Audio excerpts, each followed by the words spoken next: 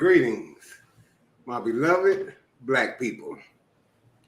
Welcome back to the plight and struggle of Black people in America. Well, you know, on Sundays we have our Prominent Black People series. And today, excuse me, not only are we continuing our Prominent Black People series, we're also going to make a series out of this situation. This situation I'm talking about is we're going to be talking about the prison system in the United States of America. We noticed that Texas and California is the most populated states in this nation, and also has the highest population in their prison populations also. And we're here in Texas, me and my guest today. And what's so interesting, we're going to be discussing mindset of an inmate. Now, the twist is, prominently, we're going to be dealing with two brothers during this series on the prisons of the United States of America. The thing is, one is innocent and one is guilty. And they both did 17 years. So, yeah, I can imagine. So, anyway, without further delay, I'm going to go ahead and bring my guest in. What do you say, Mayhem the mentor? Greetings, man. Happy Sunday to you and the audience. I hope all is well. Mm-hmm. So, I'm just curious, and people that have never seen you before, I mentioned to them already that, eventually we're going to have two gentlemen that were in this prison system in Texas, you being one of them. And I mentioned already that one was innocent, one was guilty. I'm curious what people looking at you would think. Which one is he? Is he the innocent one that did time? Or is he the guilty one that did time? Well, let me see. First of all, just to make it fair for you, I won't be able to judge because I need to see both faces, right? To make a reasonable decision in what I just put before the people. So since we don't see the other gentlemen, we won't get into that today. But one day we'll talk about which one of you gentlemen were innocent and which one of you gentlemen were guilty. Unless you decide to tell the people who you are on that side of the situation. Well, because, I don't like to play games. I don't, they say the first sign of evilness is when somebody denies reality. Okay. So, with that being said, I would be the guilty one. I am the So in other words, you saying when you were in prison, you were guilty of the crimes that you were charged with and sentenced to do time for. Yes. Okay, all right. So what about the other brother? Do you know him personally, or you read about him? What's his story? Well, I knew about him personally. I knew him personally, but I met him personally in prison. Okay. Right. He was one of the first people I met when I got to Cofield unit, Richard Miles, who was an exonerated inmate who was innocent. He was innocently apprehended and charged and found guilty and sentenced to 60 years in the Texas Department of Criminal Justice. And but I met him in 2001. If he was charged with 60 years, what was the crime? He was sentenced to 60 years for murder. Oh, okay, murder. So, wow, that had to have been a heck of a situation. So when you first met him, did you know he was an innocent person? No, I didn't know he was innocent. Okay. I mean, I didn't know he was innocent. I found out, soon after I met him, he was innocent. But when I first met him, I did not know he was innocent. Right. So somehow you and this brother end up being like friends in prison or something? Well, I ended up getting into it with him. He's actually ended up being one of the first people I ended up applying some type of pressure to on Cofield, because I had just came from Telford unit, which is a very violent unit, right? Telford unit is a very violent unit. You know, you can't. There's no touching. You know, there's no bumping into each other. Mm. Extreme respect. Any disrespect, it's dukes up. You feel me? But Cofield is not like that. Cofield is an old unit. It's one of the original units in the Texas Department of Criminal Justice, right? Which means it's a brick unit and it has bars. It don't have cell doors, right? It's got bars on it. It's an old unit, right? So the day rooms are very small. And I was in the day room or something, and he kept brushing into me on accident. You feel me? Okay. He brushed into me one time too many. And I charged him up. And when I charged him up, everybody in the day room was like, "Oh no, that's Richard Miles. He's innocent. He ain't like that. He don't want no trouble." You know. And he was very apologetic. You know, he was like, "I don't want no trouble, whatever." You know what I'm saying? But but my mindset at that time that when I first got to Cofield, I wasn't. When you get to a unit, people play all those types of games.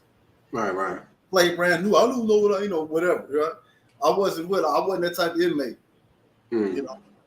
Any type of disrespect towards me would have been a physical problem immediately.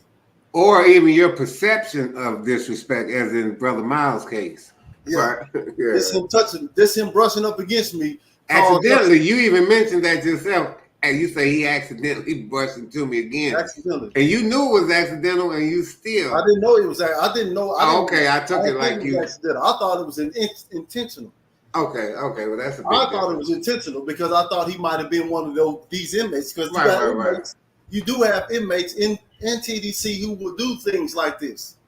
Mm-hmm. Yeah, they'll hit you and just first it's a hit, then it's a shove, then it's a punt, then it's a slap, then it's a So how old were you when you were first sentenced to prison? 18. And how many years were you sentenced? 15. 15 years in prison. Mm-hmm. So when you were doing that 15, how many did you have to do before you got out? I did 11 years before I got out. 11 on that 15? Yeah. So when you did that 11, that means you got out on parole? Yes. So I mean, time still standing. If you got in trouble again, it would impact your situation. Yes. So did you make those 4 years? No. How many did you make? 1.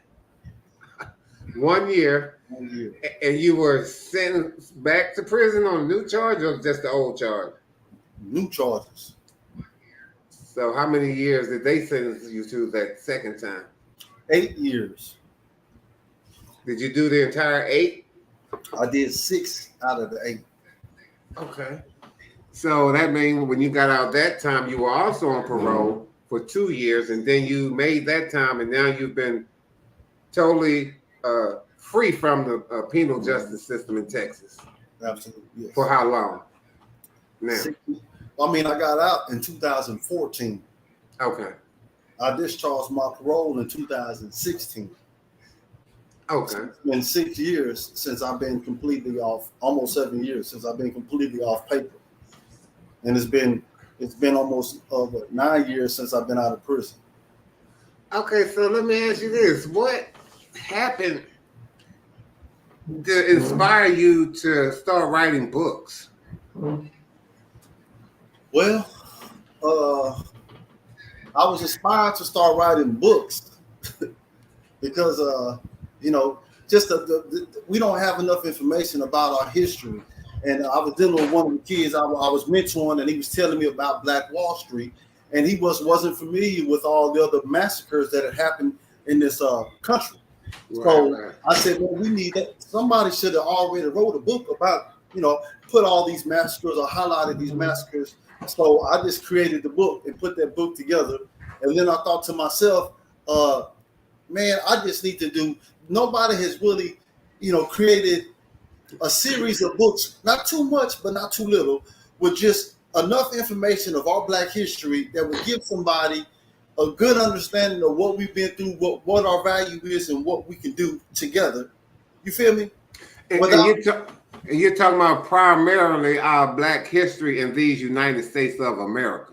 Absolutely, in America. Okay. So all of, you know what I'm saying, I highlight just because we are the only people in the planet that has been through slavery. So all the other Black people in the other parts of the planet, really, if you haven't been through slavery, then you mean chattel slavery specifically? I'm talking about if your ancestors haven't been through slavery in America, American slavery. So when we start talking about African American, see, all my books we talk about the Black American. Right. I feel American. We the Black Americans because we are the direct descendants of our ancestors. We talk and we are trying to continue to see their visions and live up to their standards of what they saw. Like our ancestors saw us being magnificent, upstanding, respectable people. They didn't see us as being out of control, no morals, no principles, no guidance, no none of that. So I just understand that, man, through me reading and finding out about our ancestors, that gave me the belief, that gave me the understanding that if I apply myself and try, that I can actually accomplish a lot of things. You know what I'm saying? And they were right. You know what I'm saying? They sure were. Because that was amazing that situation with the little boy about the Black Wall Street, and you felt like, why isn't there already a book about these massacres? And then you say, well, I'm going to have to do it myself. Right.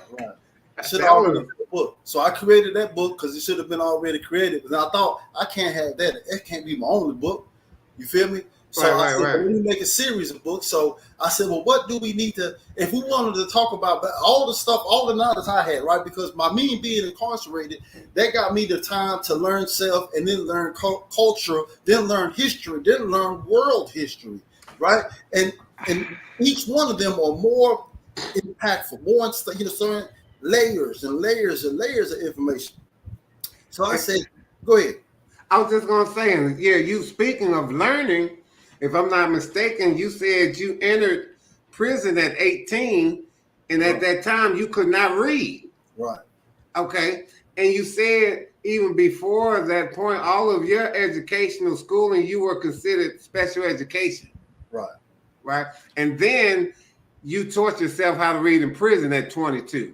Right. I mean, I started immediately, but I didn't really fully comprehend. I fully couldn't read correctly until I was about 22. That's when my reading got so good that I would not read a fiction book anymore. I stopped reading fiction books. Right. Because I started understanding how powerful my mind was. You understand? That's right. You learned yourself. Yeah. So then I started reading documentaries. So as soon as I got good enough to start reading about the important things, then I started reading about important things. But I read more documentaries when I started reading because I was reading for entertainment. So of course I was reading about Eddie Murphy, Mike Tyson, Muhammad Ali, Jack Johnson, Louis Armstrong. They got these books in the library all over. Billie Holiday. Harriet Tubman. Okay. These books are everywhere. I'm reading them, passing time, reading whatever. Sometimes I read 2 or 3 books. W.R. Farrar Muhammad, Elijah Muhammad, Malcolm X, Marcus Garvey. It's just reading about it. The information is there. Right. So, and sometimes you got somebody older who will also give you these books. You know what I'm saying? Mm-hmm. So once I read all of those books, I got a good understanding, you know what I'm saying? Harry P. Newman, the Civil Rights Movement, the Black Panther Party, all of these things that play a significant role in learning. You have to learn them all, So as the more reading I'm doing, I jumped into encyclopedias. Okay. So when you're talking about a riot or a massacre, they talk about these in race riots, or they got different names. The Wilmington Live. The New York City draft riot. Ain't none of these called Black Massacre. You know what I'm saying? So until I identified them and called them and addressed them what they were. Absolutely. And a massacre is when people are killed who did not provoke anything and they are unwillingly, they haven't did anything wrong. They haven't did anything wrong, but they're unwillfully attacked and killed and persecuted unwillfully and didn't do anything, and they're powerless. So And This in happened. these cases, we're talking about black communities that were attacked and murdered by Caucasian citizens of this country that we're in. Right. Okay. So, and I'm just highlighting the truth and saying that this really happened in America and Right, why right, it happened, right? And it right, happened right, because right. good people sat right back and didn't say anything. You feel Mm, me? So just mm, addressing it and hoping we learn something and to show yeah, our younger people that, hey, man, things have changed drastically, right? yeah, yeah. Appreciate what you have. Appreciate the opportunity that you have. Invest in yourself. Find your purpose and be meaningful out here, man. Have purpose, man. Go ahead. So what made when you decide to write books? Right. What made you have the idea to have free publishing for people that are in prison so that they could have a way to earn a living, even though they're in prison? What motivated you to feel like that? Well, because I wanted people in prison to maintain good behavior. You feel me? And have a peace of mind and have something to look forward to when they get out of prison so that they don't have to be in here coming out in a compromising position.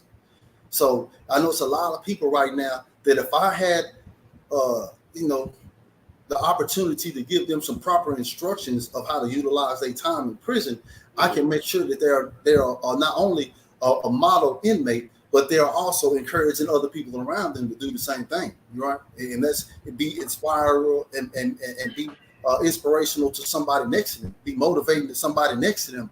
You feel me? And be trying to build generational wealth, planning, investing in your future. So it shows somebody who has no purpose in prison, because most people just one time in prison, they really don't, they just, I don't know what they got going on, but there's numerous things you can do. Some people already write the books in prison. They just don't have no way to publish it.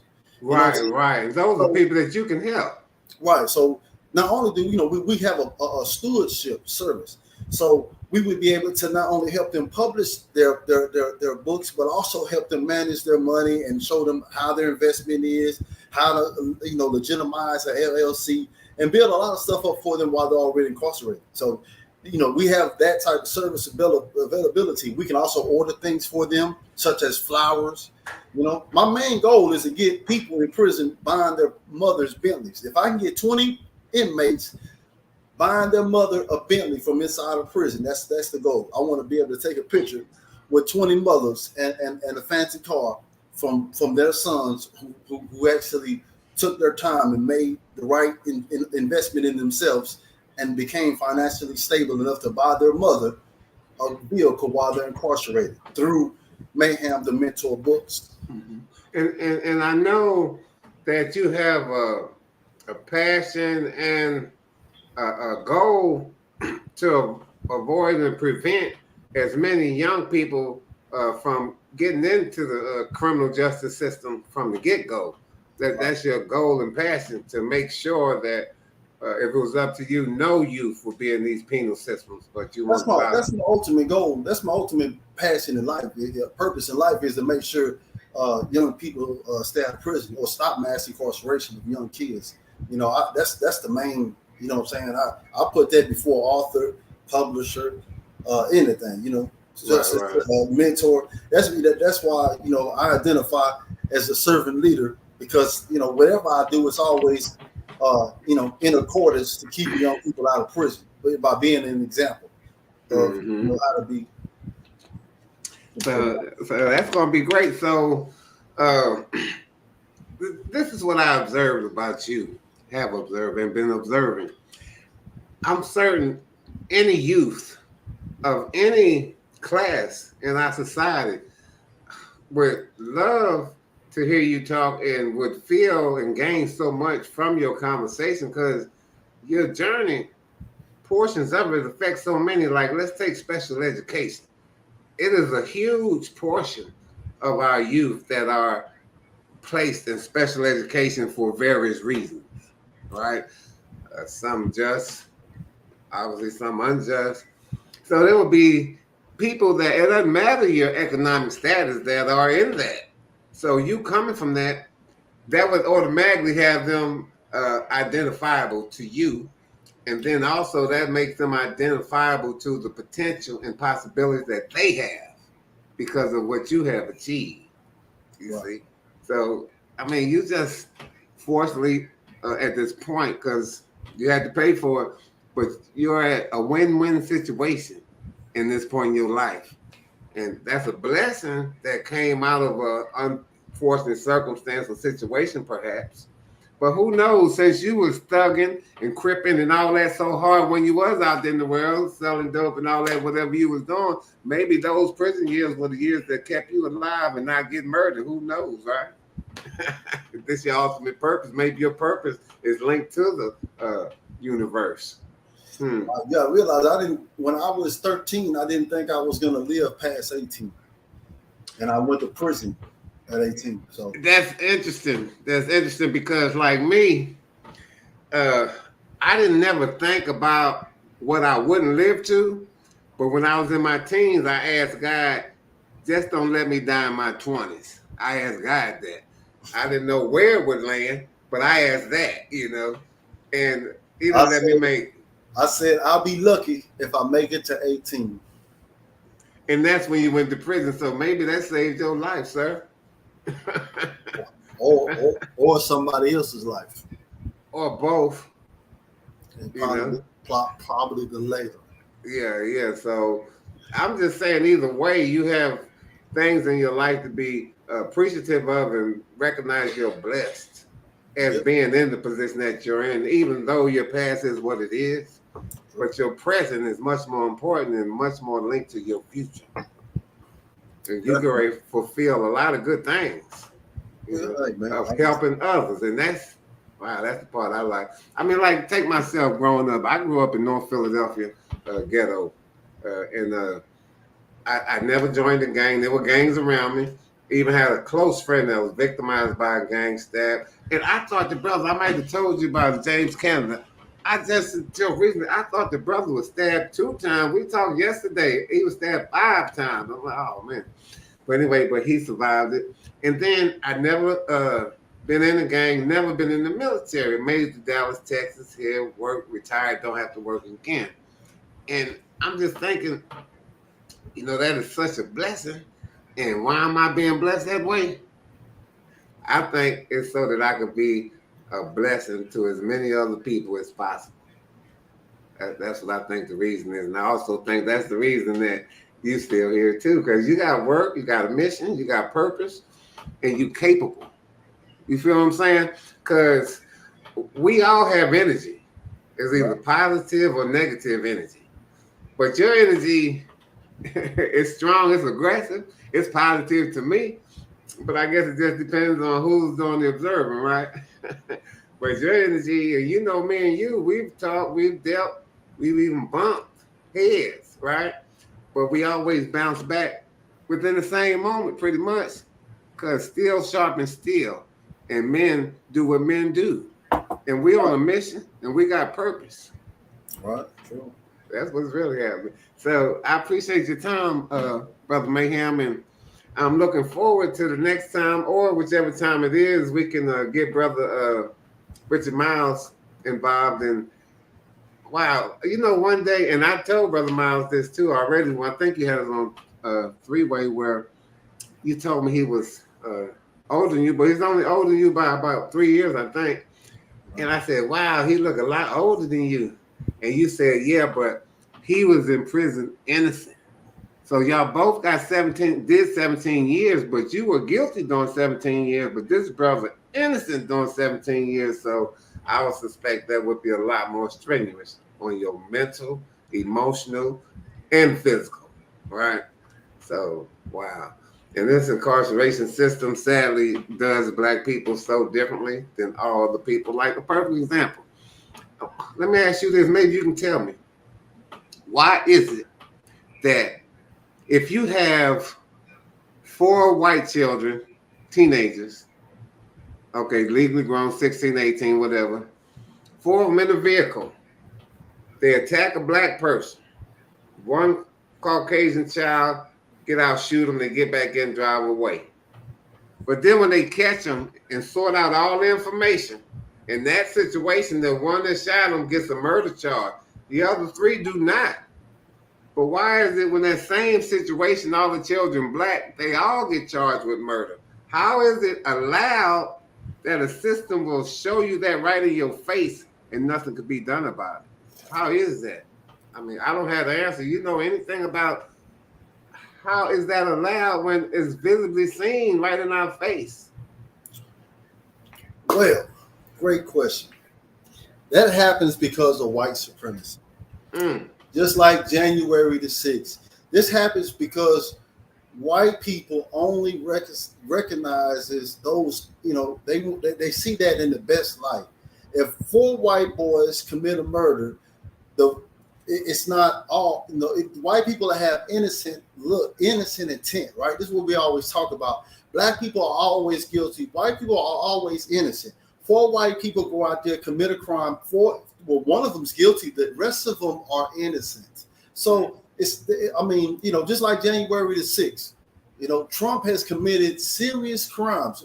But because white supremacy is so embedded into our government, it's hard to condemn Trump because Trump is in cahoots with white supremacy. So again, and that's why everybody cannot say he needs to be in jail. It's hard because if he does that, then you're going against the white supremacists who are definitely in our judicial system. Right? They're in the justice system. They're officers. They're the police officers. So when a police officer pulls up, those are just 4 white boys. That's my cousin's son. And that's my daughter's nephew and whatever. So yeah, but it seemed like it would be some attorney general position that should be able to sort that out in the state to say, wait a minute, you can't do it this way with this cause. I feel what you're saying, right? And I got you. Right. But so, and I don't know the case that you're talking about, right? But I'm gonna give you this story, right? This is something that I realized by being incarcerated, right? Texas is a big state. Right? It's huge. Prisons are in the rural area. Prisons are in the country. So I'm not knowing this because I'm a city boy. I'm from Los Angeles. I lived in all the big cities, Albuquerque, Denver, Dallas, Memphis. I lived in big cities. I'm not really hip to this country. So in prisons are located way out yonder, in the middle of nowhere, hundreds of miles into a pasture of nowhere, right? And so on this unit, they have officers that run this unit, and I'm not really understanding these units. Most units in TDCJ are ran by families. Families. And what I mean by that is Caucasian families? Caucasian families. Okay. Most of them, because they got some black families. I don't know, but I'm just saying. Okay. I'm telling you from what I saw, these are white families that be on these units, and they'll have numerous relatives in powerful positions in the unit. They'll be the warden, the captain, the chief of classification. They're all related. Right? Now, I'm thinking it's really not a big deal, as I'm looking at it, but from the outside looking in, these white people or these prison officials hold a tremendous amount of power because not only do they have the position, but that position holds economic opportunity for the people in the community. Right. Now, in these communities, these people are participants of most racial white supremacist groups, whether these are Masons or the Ku Klux Klan, or just something that they kick it and they hang out with each other and they talk about their family heritage, right? Right. And so I came to realize that these people on these units, these families, not only do they get together and they're powerful, but they work together. They're conniving. If you go against these families, you can come up missing real quick. Right. And it's in the country. So don't nobody say nothing. When you die in prison, they can always make it look like an accident. Inmate got into a fight with inmate such and such. Stabbed each other. Both inmates died from the injuries. That's it. The report is gone. 2 inmates dead. Their bodies, families will be located by the chaplain. Hands are washed with it. They'll go home, sleep easily. People do not understand how this works. So I said all that to say this here. If they're doing that in the country, and they're able to do that in the prison system, just imagine how officers in the community, the sheriff department or the police department in that part of the area, in that part of Texas. See, we live in Dallas. It's hard to do that in here because it's so many people. But keep in mind, Texas is the second biggest state in the nation right here as far as Alaska, right? It's landmass. It's a lot of small little area towns. The whole police department is corrupt. You just had a post on your page about the entire police department quitting because the black lady become the city manager. Won't even be in the police department, just manages the police department. They quit. And the people always, they quit because they're what? Racist. This goes against their family's vision. This is not how they vision the police department. How can a black woman be in charge of the police department when the police department was in charge of keeping the black people out of town? Right. Yeah. Somebody must have changed the city charter in that city evidently for her to get the position, I would think. Make me think of a lot of fights we fought here in Dallas, Texas, when we were out there protesting in the streets, with the warriors and commission and all that. But it's a testament to saying that we're not just some hateful, we're just not quick to point everybody's white supremacist. No, it is what it is. I saw it. I'm not trying to hate. I don't want to say what it is. But the first sign of evilness is when people deny reality. Mm-hmm. Why ain't Trump incarcerated right now? Because he's white. If this would have been a black person doing that, he would have been up underneath the jail. Quick. Mm-hmm. So it's hard to comprehend this because, again, it's hard for white people to feel bad for the people in Buffalo. Right? I don't want to talk about it. It's not that big of a deal. January 6th, it's not that big of a deal. Same way. I didn't watch it. I don't know. Who cares? Nonchalance. You see, this is white supremacy. Even though they ain't got to go and saying whatever they're saying, just the audacity to not think it's a big idea, the audacity to say this is not a big deal. And you did see January 6th, they had the Confederate flag. They white supremacists support Donald Trump. Oh, everybody know that. Yeah, that's been from the beginning. But that's because Donald Trump is the basis for white supremacy. And people say, well, why hasn't he went to jail? Well, January, the Wilmington, North Carolina was a calculated, strategized attack on a government agency, just like January 6th. That's one of the massacres in the Black Massacres book, correct? One of the massacres in the Black Massacre in Wilmington. You know Michael Jordan's from Wilmington, North Carolina? I think I did.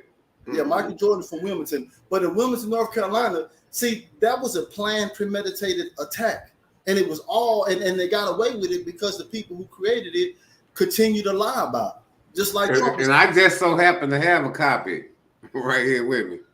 And that's in this book, one of the 27 well-documented massacres inflicted upon our black people by these racist Caucasians in this nation. You said something earlier about the white supremacy going on because of people not getting involved. How did you say that?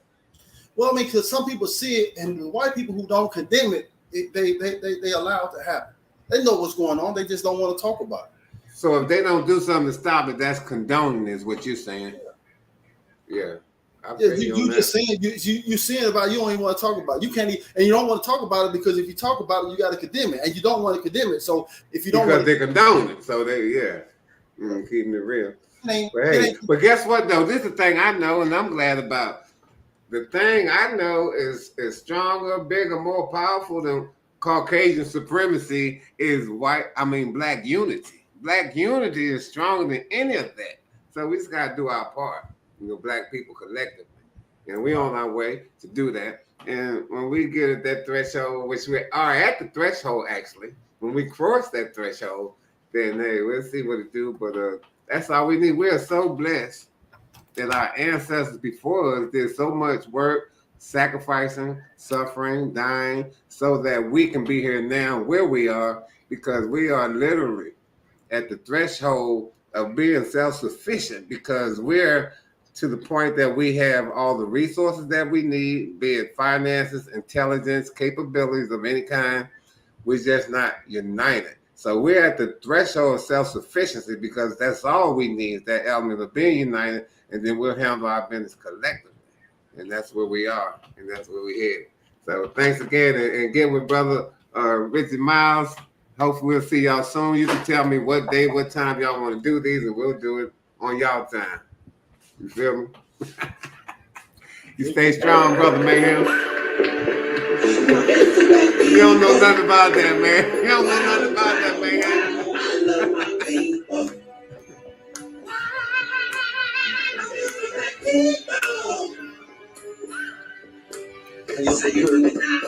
I love my people. Beautiful. All right. Got that education.